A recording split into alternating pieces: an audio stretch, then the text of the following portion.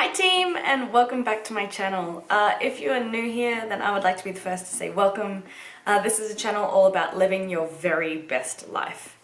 So today I wanted to talk about toxic people and toxic relationships. We all have those friends that we love, but that we also see as kind of problematic. This video is all about recognizing toxic relationships and finding ways to either let them go or make them add value to your life. So if you have people around you that are draining, or if you have people around you that make you feel bad, or if you have people around you that make you do that like inward sigh, then this is the video for you. First off, let's review how to identify a couple of different types of toxic people.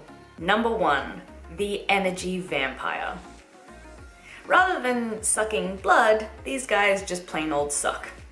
Energy vampires are people that take away, literally, that suck out your energy. They're people that it takes a lot of effort to be friends with, but they don't actually give any energy back. So this sounds a little bit like energy exchangey. But what I mean by that is kind of literal. So there's people in your life that when you see them, you're like, oh my God, how is this? And afterwards you're like, oh, that was my best friend, I love them and it's great. And they kind of like give you this sort of like bounce in your step. Those people are awesome. But there's people that instead when you see them afterwards, you're kind of like, oh, I just feel really like drained. It's my husband's alarm. So how do you recognize if you have an energy vampire in your life? Pay attention to how do you feel after you spend time with your friends.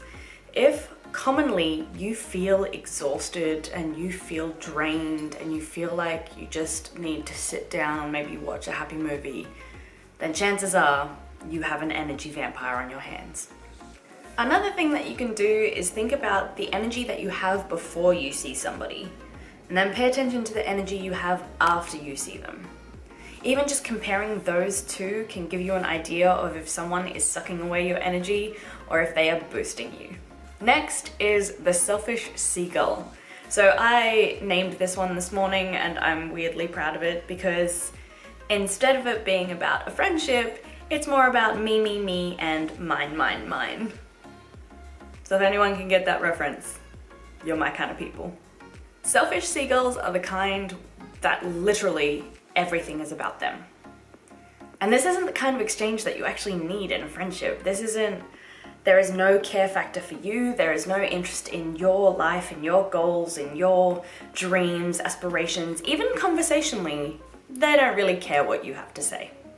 The easiest way to recognize this kind of person is in a conversation, once you're past the kind of pleasantries part, hey, how are you? Oh, I'm great, and you start to talk, only offer positive affirmations in response. And as short as you can make them, oh, I see, oh yeah, right. And see if at any point they turn the conversation towards you. Do they ask you a question? Are they like, what have you been up to? And are genuinely listening to you? Or do they just take it as an opportunity to continue monologuing at you? Next is negative Nancies. Negative Nancies are the kind that every statement, every conversation, it's about something that's gone wrong. It's about some form of complaint they have about something. Everything is a downer. And it's not to say that someone's life isn't just going through hardship, but it's more like the people that are incapable of looking on the bright side.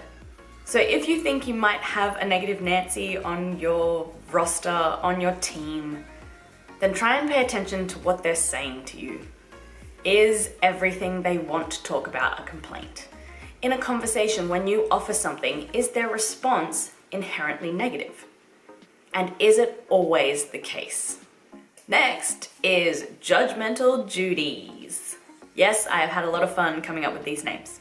Judgemental Judies are people that clearly are judgmental, but they won't just judge others in the world, they'll also be highly judgmental of you. So in paying attention to finding these people, simply listen. Are they secretly judging everyone and everything, every outfit, every cafe they go to, every street they walk on? This is another one that you don't need these kind of behaviors rubbing off on you. The more you surround yourself with judgmental Judies, the more judgmental you are going to become. And also, the more internally judgmental you will be. And the more others are judgmental about you, the more you turn those thought processes inwards. These guys are by far the most sinister type of toxic relationship. These are the ones that want everything to stay exactly the way it is, and they enjoy some kind of level of control over that relationship. They don't want it to change, so the moment you try and shift, you try and change, you try and go somewhere different, you try and deviate, they will try and break you back down to staying in that exact same place. These are the type of people who will be constantly unsupportive of anything that you do. They will also put you down often and commonly in ways that you don't immediately recognize because they're not aggressive. They say things like, "That's not for you," or "No, I'm not sure if that's something that you should pursue," or commonly they also say, "I'm just trying to be honest." So these people are the kind that are actively trying to stop growth. When you tell them something new that you want to do, they, instead of going, "Oh, that's awesome, have you thought about blah, blah, blah, you might really benefit from doing like," they'll instead go, "Oh, I don't think you really have blank, blank, blank skills, I'm just trying to be honest." These are the people that don't build you up, they tear you down. These are possibly my absolute least favorite kind of human being. Because they don't let you progress. They like to keep you standing still, and they do it in a way that makes you feel guilty if you pull them up on it. Yes, I have had these in my life before. So the first step in removing these kinds of toxic relationships from your life is being able to recognize them. The moment you can recognize that they're there is the moment you can do something about it. But before you just plain cut people out of your life, there's a different step that I want to take in there, and that is talk to them.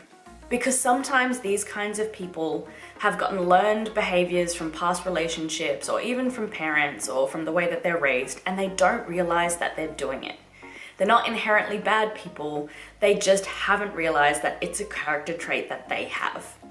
And as a friend, do them a favor and kind of have that conversation. Yes, it will be awkward. It is always awkward, but worthwhile things commonly are. So sit down with your mate and say, "Hey, look, do you think that there's a way we can talk about this and shift and change it? Because I'd love to keep our friendship. Our friendship is valuable to me." And if they are a true friend, they will try. The good ones will stay and they will work through it with you. The ones who have never had this idea challenged, and some of them won't have, and some of them will need this time. Some people will walk away and be like, "You don't know what you're talking about, that is so rude that you told me that, I can't even right now," and leave. It's that this has never been pointed out to them and it's kind of something that they need to work through. So give them the time to work through it. And the ones that are really angry and storm off are the ones you don't need in your life. It is so important that you surround yourself with positive people and supportive people. People that inspire you, people that challenge you, people that invigorate you, people that push you to do better, people that really add value to your life. And when you surround yourself with a winning circle, it's kind of hard to not feel like a winner yourself. Yes, it's not always easy to lead a positive life. But there are some things that you can do that can put you on the right step forward, and banishing negativity from your life is one of those things. I'll have another video up soon that's all about how to redirect and divert negative thinking and negative mindsets. So if you're curious about that one, feel free to hit the subscribe button, ring the bell, and you'll be notified of when that one pops up. Before you go, don't forget to like, leave a comment, paint a mural of my face, and as always, thank you so much for coming and hanging out. Peace.